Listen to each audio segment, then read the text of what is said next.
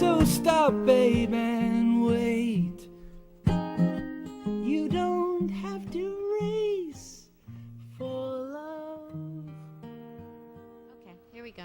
Welcome back to Liquid Lunch. A couple of tracks here, Mark Cassidy. So we're here with, what? Hello?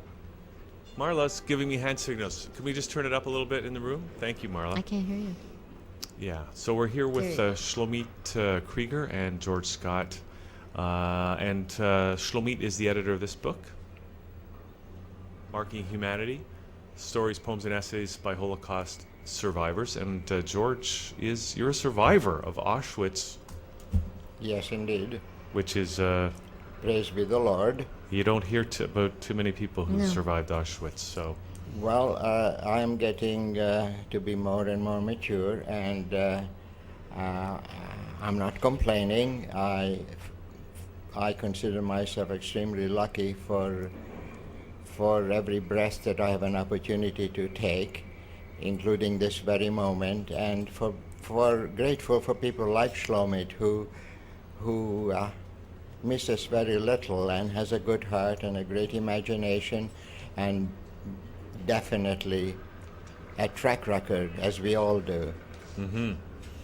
And Shlomit is to your right over here? Yes. So we can see who Why don't George is talking about. Why don't we we're just going to, just have a conversation here. But Shlomit, why don't you tell us the story of this book and how it came together and how you got involved with it? Sure. My personal connection to the Holocaust is through my late grandfather, Tue Kriger, who passed away last December. He had fought in the Soviet Red Army during the Holocaust. In the meanwhile, his parents, most siblings, and other relatives were murdered in the Minsk ghetto in Belarus. And, so he was in the Russian army? Yes, that's right. Yes. Okay. During the Holocaust, Yes. Coming in, was he involved in liberating any of the camps as the Russians swept into Germany? Yes, I believe he was. He had a very difficult time, though, sharing any stories about his experiences during the Holocaust, as many survivors do, so I don't know too much of what he actually went through, unfortunately. So anyway, so that was partly what inspired me to create this book. And also, several years ago, I was hired to coordinate the sixth annual creative writing contest for the homeless for a local humanitarian organization called Behafta. And I found the experience very meaningful and rewarding. It provided the homeless with a voice in the community, and I also saw how it would help motivate some participants to take steps in new directions and to believe in themselves. And I helped put together a publication with the winning entries from that year at the end of the contest, and I considered someday putting together writings from a different population. And then in the summer of 2008, I was volunteering for the Jewish Immigrant Aid Services in Toronto, where they have a program to help newcomers practice speaking in English. And George was actually one of the volunteers there. That's where I met him. And one day we were George brought in some of his typed up poems to the group to help them practice reading in English. And at the end of that session, he just handed me one of the poems and he said that I could keep it. And I was very surprised by this gesture, but as I reread the poem at home, I wondered how many other survivors there were out there who have these creative pieces that haven't been shared with the greater public, and that's when I decided to create this book. So And, really it was George yes. who, when he handed you the poem, sort of was the inspiration for putting the book together. That's right, yes. I beg to disagree. I think that Shlomit has that light in her eyes and in her soul, that she's observant, sensitive, and she's a creative human being who wants to be of impact. And it is my good fortune that a little sparks that might have come from me and from the people who had me, obviously, because we have not made ourselves, none of us have. She afforded me this opportunity to try and do some good, because so many things in this world seem to be working at cross purposes. And George, when did your creativity start? Were you writing, while you were in Auschwitz? Were you writing as preteen? Well, you've at asked home? me about what was it like in Auschwitz. I'd like to shortly respond to that. I think I survived because I knew I didn't do nothing. That's incorrect English, by the way. I didn't do anything. I was innocent. I lived. I don't know why. One incident happened. My grandmother's oldest brother was in charge of the disinfectant unit in the gypsy camp. His name was Chandler Vohl, Wohl, and Mengele came, had a selection inside the camp, and they locked me up. And one day the door opened, and this great uncle of mine shoved another kid in because we were already counted and told me to run. After that, I applied to go to work, and I got to a place called Kaufering in Bavaria. This was January 44.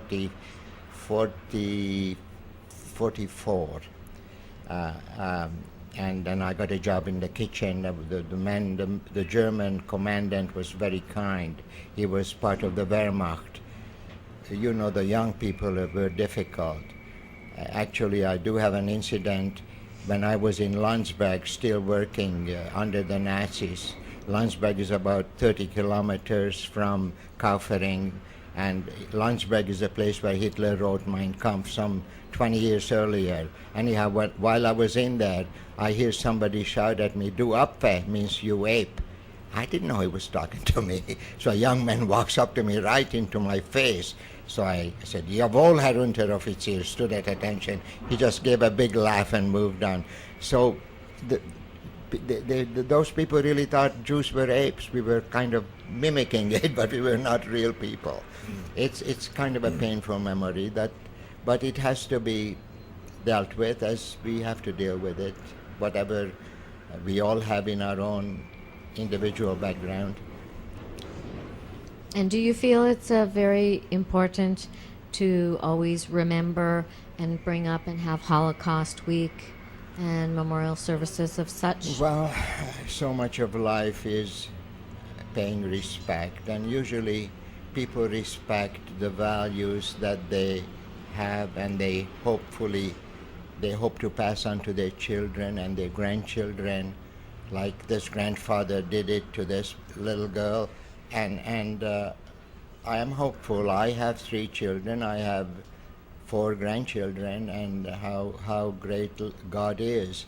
I've always believed in God, but God not on the other side of the moon. And God is eternal because life is eternal.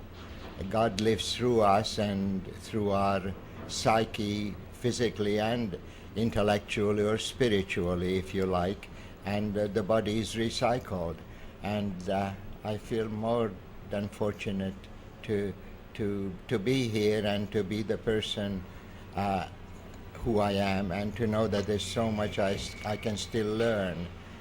Only in application, only in doing do we really express ourselves. I'm commenting on the young lady you had 15 minutes ago sitting in this Sarah. chair. Mm-hmm. Mm-hmm. Shlomit, that's an Israeli name. Yes. Are your parents from Israel? Yes. Were you born in Israel? Yes, I was, but I've been here since age 6. So. Age 6, because you have absolutely no accent at all. I know people who come here when they were 4, and I still hear an accent. They've been here 60 years from England, and they're still talking like this. It's like, it's amazing. Yeah. So, what's your feeling about Holocaust Memorial Week? I think it's very important because the gravity of the Holocaust and the systemic way that it was carried out made it a particularly unique and terrible event in history. And I think it's so important to educate people about the past, but also the lessons that we can learn from that, so that we can ensure that future generations discover the true meaning of never again. I think it's still very much relevant today in terms of the basic things that occurred at that time. There's still an increase now in anti-Semitism again, and there have been many genocides since the Holocaust, as well as other acts of discrimination, hatred, and violence around the world affecting people of all backgrounds. And I think it's very important to find ways to target these issues and make sure that we can really make sure that we learned from what happened and don't have it happen again.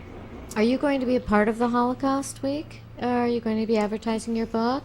Yes. And what are the dates of Holocaust Week? It's usually in November. I think see. this year So it's it'll quite a be- ways away. Okay. Yeah, it's a week in November. Okay. And George, were you creative? That was my question earlier. Were you creative before you went into captivity, or did you start being creative after? It appears to me that creativity comes through the absorption of our senses: sight, hearing, touch, smell, taste. I'm not very much to my stomach, but the other three senses, especially sight and hearing, are very, very important for me, as I'm sure for you, or you wouldn't be doing what you're doing. This is an assumption. Smell is particularly important to me, and that's why I was blessed with both my parents' noses. I find it very easy to remember through association, and my knowledge of Shakespeare. I love Shakespeare because our world is such as dreams are made on, and our little life is rounded by a sleep. Like, how perfectly true this is. And take any of his tragedies. I know a few. I don't know all his work. I know some of his sonnets. Devouring time, blonde thou, the lion's paws, but leave my beloved's face untainted by your antique pen. Now, who could speak like that? But we know what he's saying. Actually, I'll be honest, I've never understood Shakespeare, and I've always had to get Cole's notes or get a tutor because I never understood anything he was saying. How now, brown cow? Still Funny you don't should know mention that, George. I beg was your just saying, how pardon? now, we- brown cow, yesterday. We happen to have a cow in the audience. Association, right on. You know, I want to ask you, George, because you mentioned, I mean, you got a great attitude. Yes, When you- actually, oh, sorry. No, go ahead, I sir. wanted to mention that actually the way that he really inspired me was by his zest for life. I feel that it's so contagious. He's so positive, and even when he was volunteering for the program, I found that he mentioned sometimes how happy he was about his life and how he still believes in God, and I was inspired considering all that he had been through. Yeah. And I want to ask you, George, because, I mean, there's that, I think it's a famous story of a group of concentration camp. I don't know if they were rabbis but they had a mock trial. Do you remember that story of God? They put God on trial because of the injustice of the situation that they were in, and that God had somehow allowed this to happen. And you've been through that situation, and you seem to have a very positive, you know, you feel blessed that God has In blessed fact, your I've life. written a poem that's called God Stayed Out of Birkenau. Birkenau is what you call Auschwitz. God had nothing to do with it. It's people who did it. Mm-hmm. Why do we so readily blame God for the fact that my heels are too high and I'm getting a lower back is hurting? Mm-hmm. Like life is in our own hands. I am sure that the fact that you're sitting in that chair has something to do with your own disposition. And I say hallelujah. Well, I guess it goes hand in hand. We shouldn't thank God for everything good and not blame him for everything bad. I said him, by the way. Yeah, you know. When you guys, I'm going to ask both of you, because when you look around in the world today, I mean, a lot of people are concerned about what's happening, even in North America, in the United States, with the, some people call it the rise of the police state, that the United States is heading towards a kind of a fascist May I situation. interject, Yes, telling please. you, I think I'm on topic. M&M used to melt in your mouth, not in your hands. The chocolates, now M&M means money madness. And it's divisive, it leads nowhere. That lady, the spring party, or whatever she's called, I can't even remember her name. A lot of the shooting in Arkansas, I mean, when will the penny drop? Why do we make ourselves so insecure? That's not going to lead anywhere. You need a safe and secure hand, and without trust. Trust is very, very important to the human disposition. And I had recited one of Santayana's poems, and it's 14 lines, it's a sonnet, and I don't have to do it. I would like Shlomit to speak because actually I don't want to use more of this precious time than I have to. But what you're saying is that what's the problem, or what would you prescribe as a solution to the problem? Trust then the tender light of faith to shine, by which alone the mortal heart is led unto the thinking of the thought divine. We think everything can be actualized, put in our pockets, or eaten, or used. And the human animal is not made like that. We do have capacities, amply proven throughout history in the various outputs of artists and sculptors and philosophers and thinkers. And look at the world today. People are lost, they're bored. What do we tell our kids? That's why to me Shlomit is such a miracle. Okay, I understand her love for her grandpa, most understandable, and I have known her for years. I like to be in the company. I like to be involved in an enterprise which meets my ethical expectations as fully as it's possible. Are you hopeful for the future? Totally hopeful.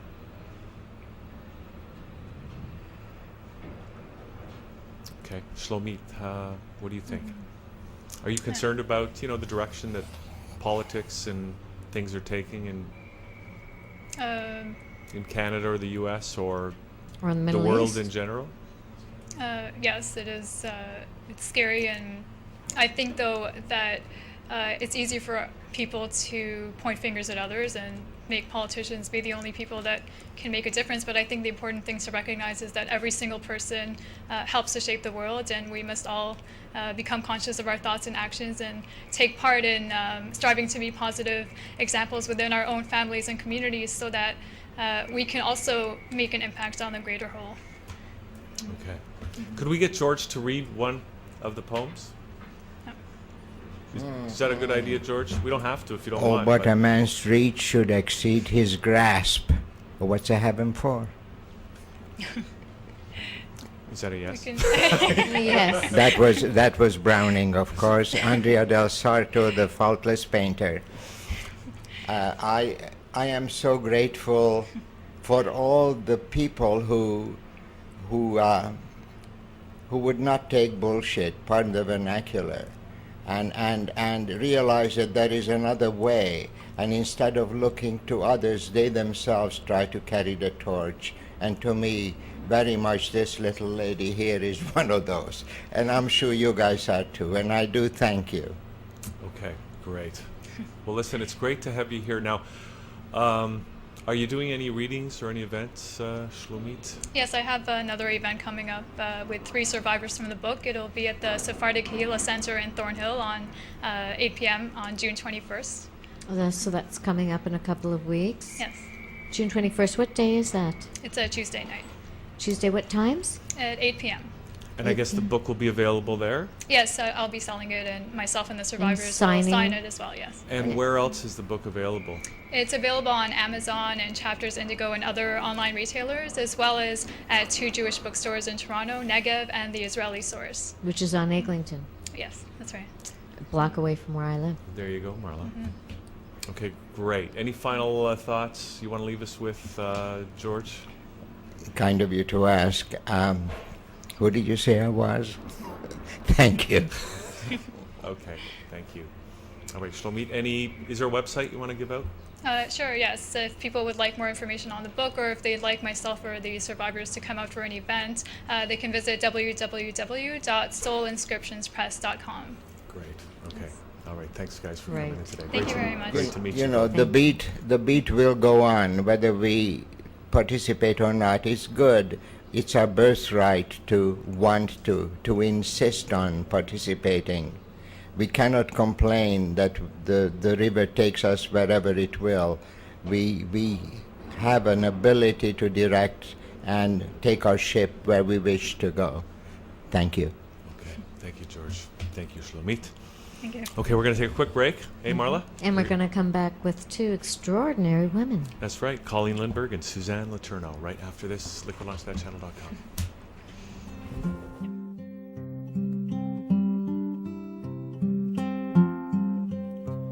wanna wander the streets with you and find my soul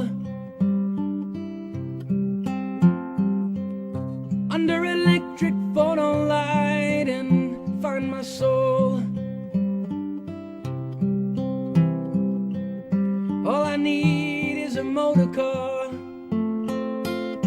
I don't own a jet plane. I would ride my bicycle